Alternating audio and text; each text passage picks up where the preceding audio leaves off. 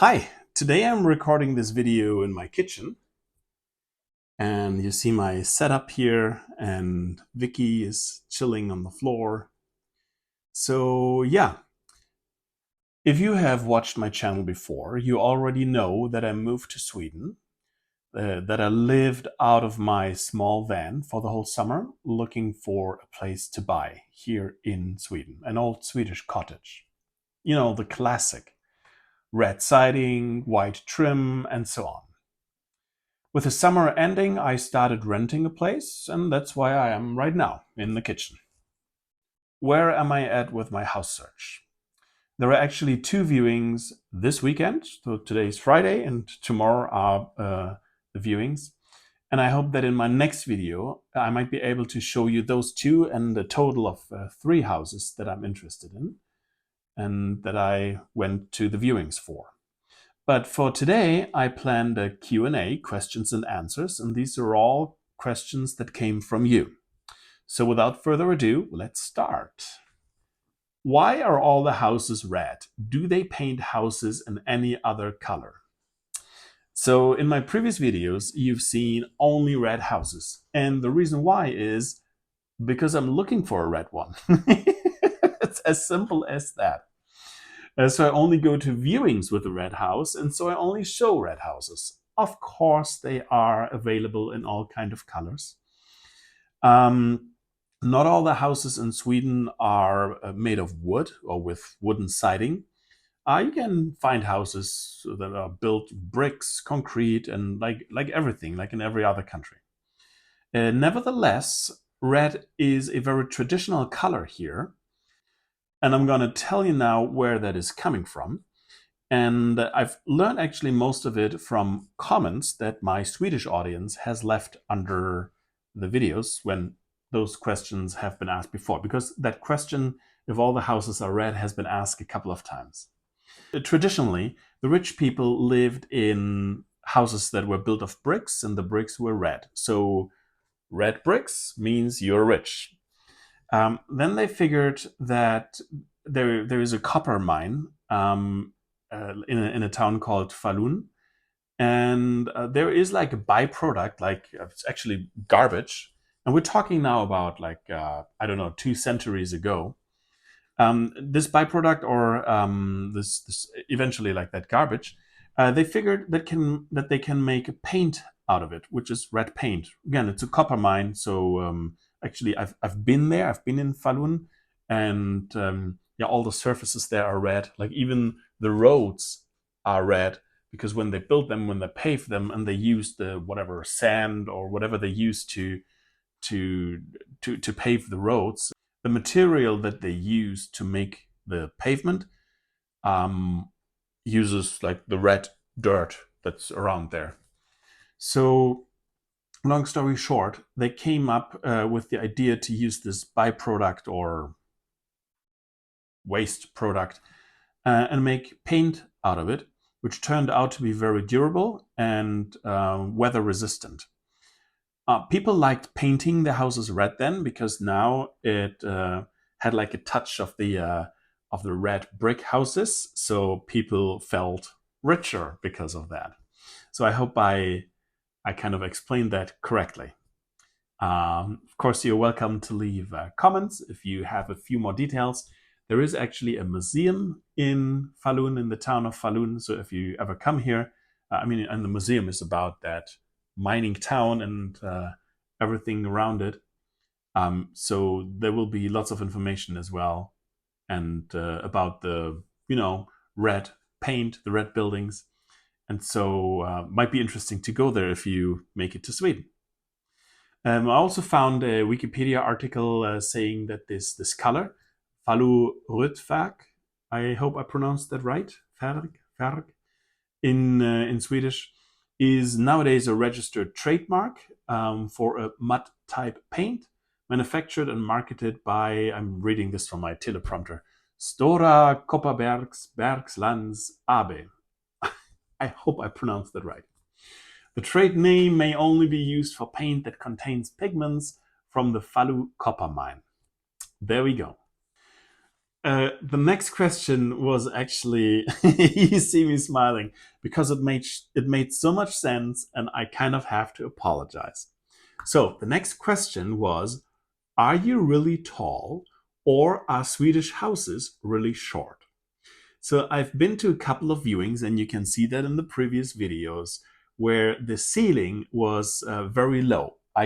There were a few where I could not stand upright, and there were many where the ceiling was like really close to the top of my head.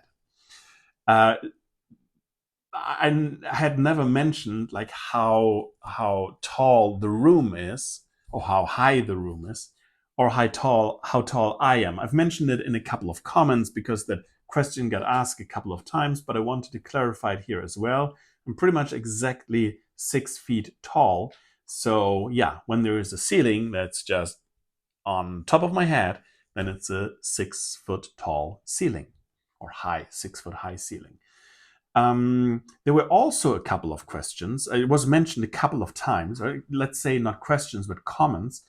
Why I'm looking at houses when the ceiling is so low. And it turns out that in the beginning, I was not able to determine by just looking at the pictures in the realty listing how tall the room might be, but I got better with that.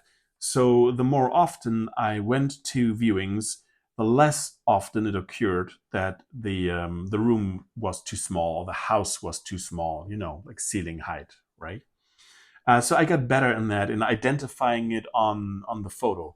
So it turned out that there were actually a few houses when I scrolled through the listings that I really liked, but when I looked at the photos, I realized, oh, like that ceiling is really low, so it's a no for me. There were also comments why they were built so low back in the day. I mean, first of all, many of the houses were built around 150 years ago, and people were just shorter back then. Not only in Sweden, I guess pretty much all over the world. So that is reason number one. Reason number two is because it makes the room, like in its total volume, smaller, and so it needed less wood to heat the place in winter. Yeah, these are the two reasons. The next question was about the camper setup in my small van. Do you think it is better for bed slats to circulate air under your bed, or cut the board to allow air? Yeah, so I mean, I'm not even living in my car anymore, so I want to cut it short. Um, if you may have seen in one of my first videos when I built the bed, I was just using plywood, and I put the mattress on top of plywood, so there was no air circulation under the mattress. And a few people pointed out that this could cause mold. To be honest, when I built the bed frame, I didn't think of that, so it was like really valuable feedback. I did not cut holes in the plywood or used slats, because obviously I used just plywood, flat plywood. But what I did regularly is that every morning I lifted the mattress, like I lifted it completely and left it up while I was having breakfast, and then when I was getting ready to, go on the road again, then I put it down again. So that allowed for some air circulation. I'm not living in the van anymore, so there was never the intent to live in there. Let's say in fall, so in the wet season with a lot of rain and just moisture outside and fog. And so, yeah, I think I got away without mold, so everything is fine. But thanks for pointing that out.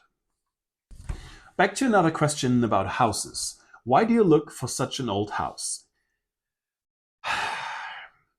That type of question was asked a couple of times, and I always took the time to leave a comment and explaining it. And so I'll explain it here now as well. Um, there are actually a bunch of reasons. Uh, Number one, I like the style of the old houses. Red siding, white trim. The properties are usually fairly big. They have a root cellar, not always, but often a root cellar on the property, and that's it's old, right? It's like 100, 150 years old, maybe even older. But I mean, if you think about it, at one point the roof will have been redone and the siding will have been replaced. So it's not like that everything is 150 years old. So I just like the style and what those properties have to offer.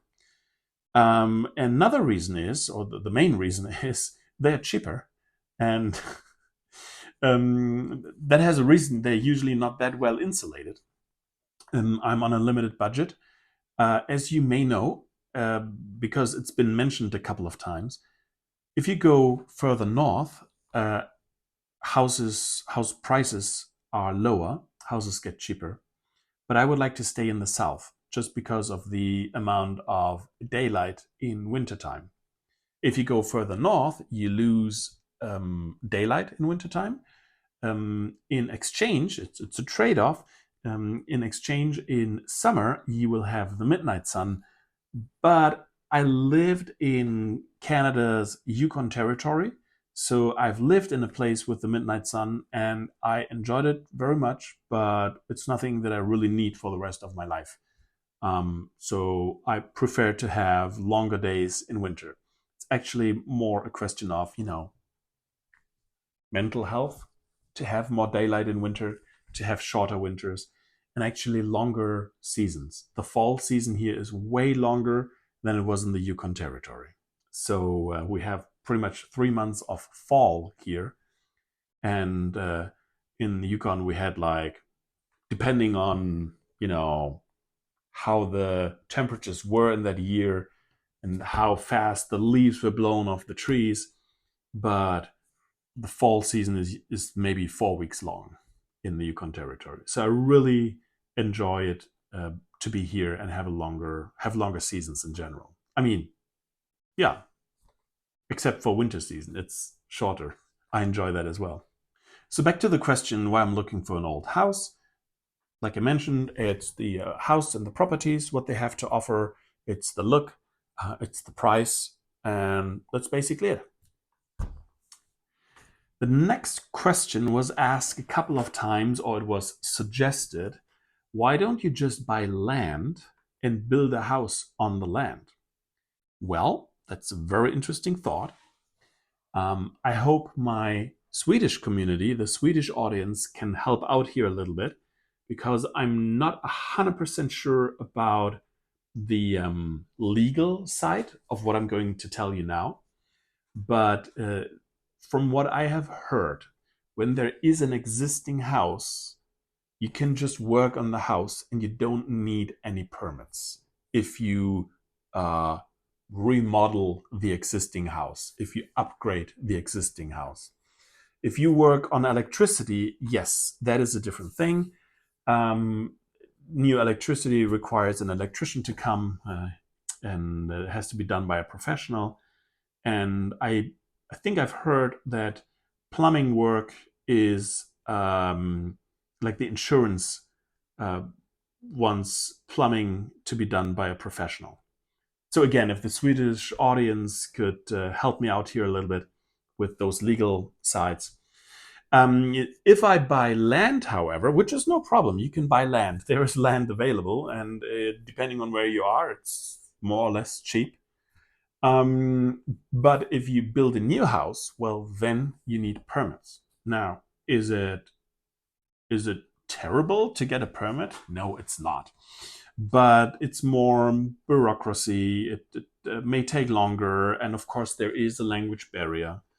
Yeah, so it's just easier to just do what everyone else does, and where you get lots of advice because other people have done it before me, to just upgrade an existing house.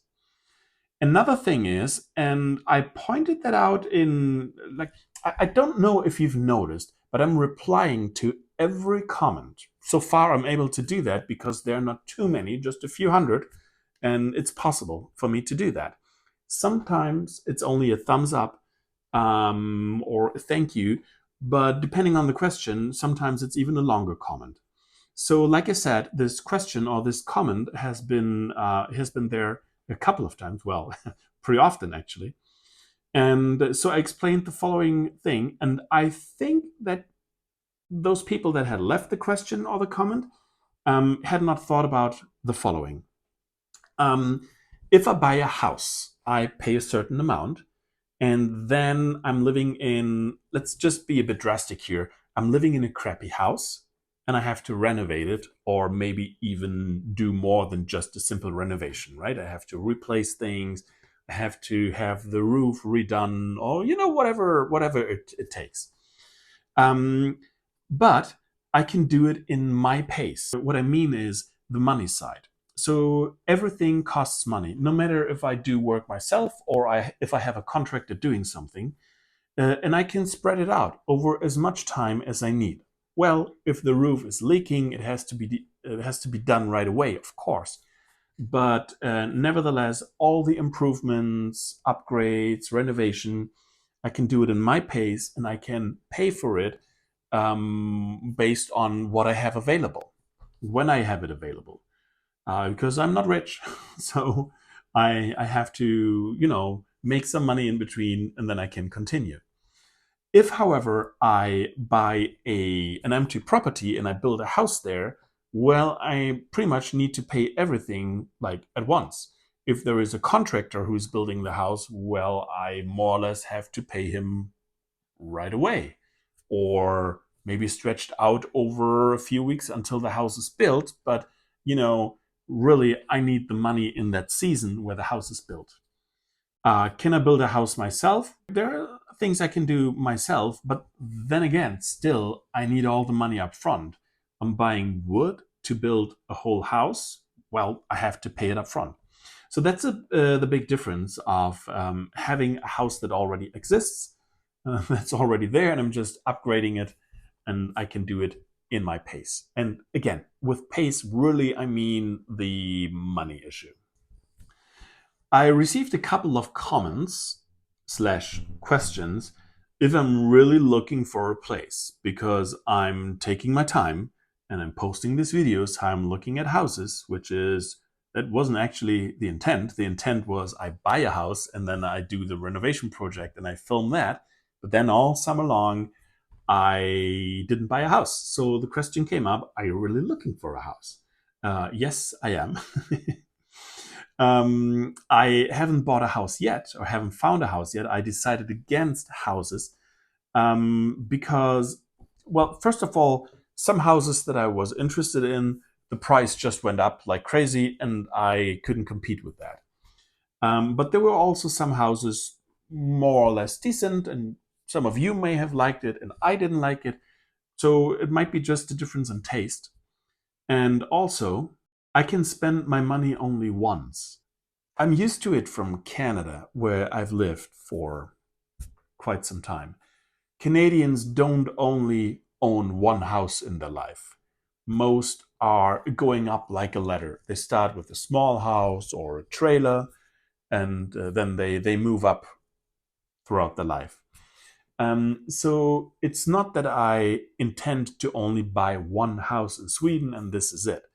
So I can imagine to maybe start with the house and fix it up, and then sell it, hopefully for more, recover the money that I spend, and then buy a different house. But that doesn't mean that I want to just buy anything. It has to be something where I feel capable to fix everything, where the area that I like the area, that's a big thing actually. And unfortunately, when I take the videos, you can't really see much of the area. You see me driving on a road to the house, but like the whole surroundings, like to get a feeling for the whole surroundings, how far away is the next town and whatnot. I have a couple of criteria that I like fulfilled. For example, this is very important to me. I want to be able to bike on a bicycle to the next grocery store. It doesn't have to be a huge town with all the infrastructure, amenities, and so on, with all services. But there should be a grocery store that I can reach without my car. If it breaks down, if I don't know, for whatever reason, if if I don't have a car, or if I don't want to use a car, I personally think that makes sense. to me. If you have a different opinion, great. Well, look for your own house. But I'm looking for a house for myself. So I need a grocery store in reach with a bicycle. That means it could be up to maybe like the maximum 20 kilometers. That might be, I don't know, 13, 14 miles, something like that. That's the maximum, I think. Um, yeah. And so sometimes I've been to places where how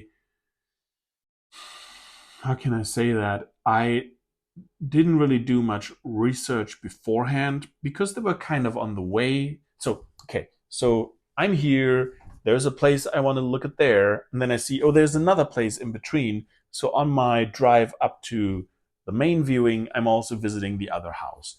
And then it turns out, well, actually, there's no grocery store around, for example. And then I edit the house to my video, and then you think like, oh, why did he even go there? Well, I went there because it was on the way. So that's basically it. There was actually one more question that I found very interesting, and I want to share the answer with you.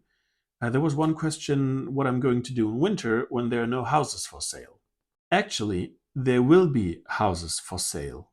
Not many, but I've observed the realty market for a long time. For by now, it's pretty much 2 years.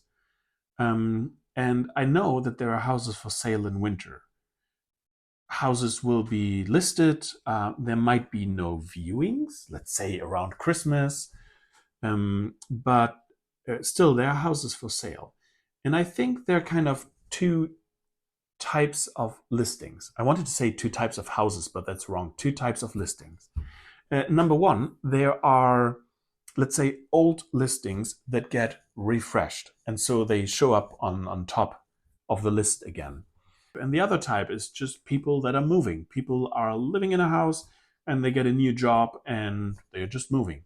So, of course, in winter, it's way less availability, way less offers, but nevertheless, there are houses. There's also less competition, so I hope that's good for me. Less houses, but still opportunities. And finally, I wanted to share the video with you. No. And finally, I want to close this video by sharing one more experience that I have here in Sweden right now, and it is the length of the day. So we had the clock, the time changed about 2 weeks ago. We are now in winter time.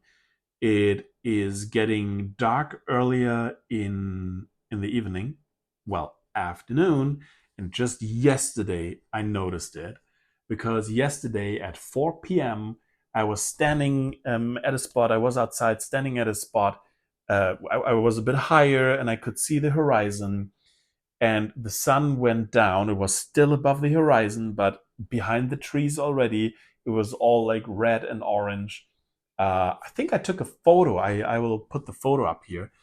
And so that was 4 p.m. And then a couple of minutes later, it was like dark. When does it get? When does the sun get up in the morning? At around 7:30, and there is daylight already. It's still kind of dawn, but yeah. So this is how it looks like here right now. I'm just looking out of the window, and I will take the camera and I will go outside with you and show you where we at with the fall colors and the fall season at this point. Yeah, I want to show you where we're at right now.